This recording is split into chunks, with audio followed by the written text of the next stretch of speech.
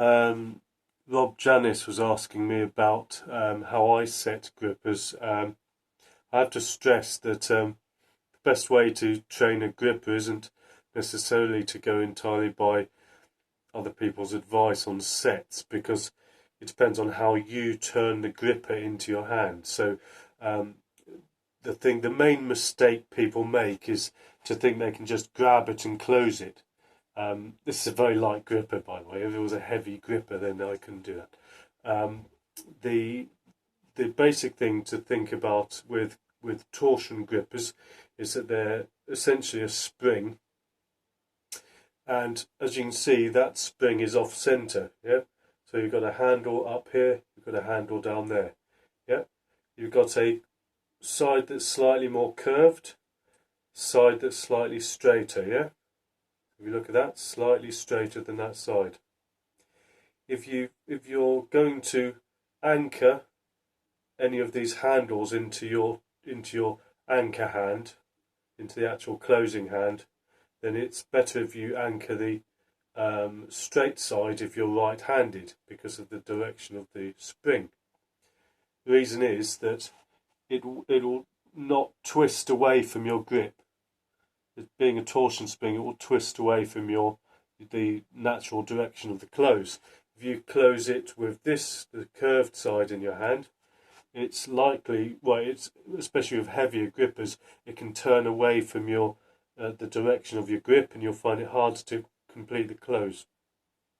Other things to consider: where you're going to place it in the hand. Now, I would say, no matter how big your hand is, I've only got a small hand, you should always be aiming to get wherever your preference is, it should always be roughly halfway along the thickness of your pinky finger, your little finger. Yeah, so you're thinking about straight line in that direction.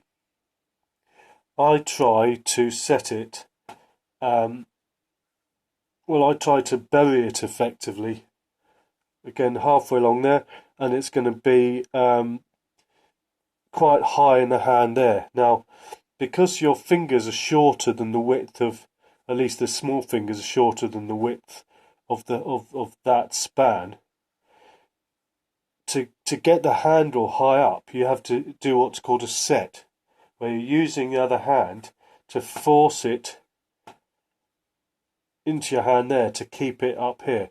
If the handle's low down, right down there, certainly with the bigger grippers, you're going to run out of turn. What will happen is you are going to roll the handle in too early. Yeah, and the power shouldn't come from those knuckles. The main power should come from those knuckles there. So essentially that's where you get the power, but you're using the other knuckles to anchor that shape for the close of a gripper. As far as thumb strength is concerned, it's used to keep the handle high up towards the middle of that hand. Yes, so what you don't want to do is lose the handle over there past the line of that little finger, and you don't want to lose it out here somewhere. There's some people who there's a few people with really, really big hands who actually close grippers with their little fingers right off the grip almost, and people like Magnus Samuelsson famously do that, but they've got massive hands. I think for someone with an average sized hand, you should really be conservative about it, and the power is almost pinpointed off the back of that little finger. Yeah, so it's sort of focused off the back there. Yeah, so that, can you see it's buried in there? The thumb muscle is controlling that handle, stopping the handle from running away. It's important that that handle doesn't move.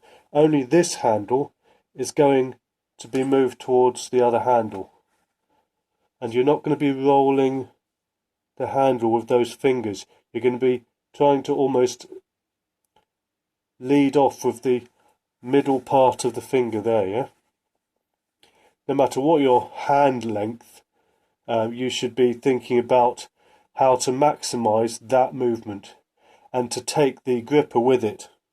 For that reason, to get it into there, you see that that's way off of what my where the gripper sits. Yeah, so essentially to anchor it, I would recommend starting out here. Yeah, so you're starting out not with a flat hand, but you're going to bend the hand upwards into almost 90 degrees, and you're going to grab it from that position, right? So that's why for, say, a no set close, the key is to bring it in,